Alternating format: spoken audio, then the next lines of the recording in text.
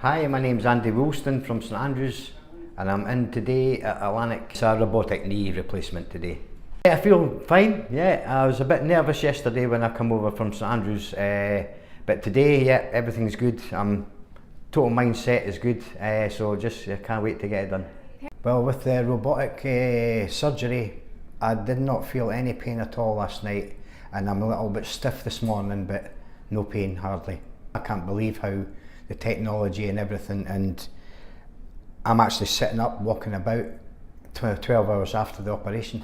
Amazing. I've been doing little exercises in the bed, just with the foot, making sure the blood circulation was happening, and a few other little exercises that I handled no problem. All the staff have been absolutely brilliant, yeah, really nice. They've been in and out most of the night, changing my painkillers, changing the bag on the drip. This morning I had some breakfast. Yeah, everybody's been so lovely, been great. Yeah.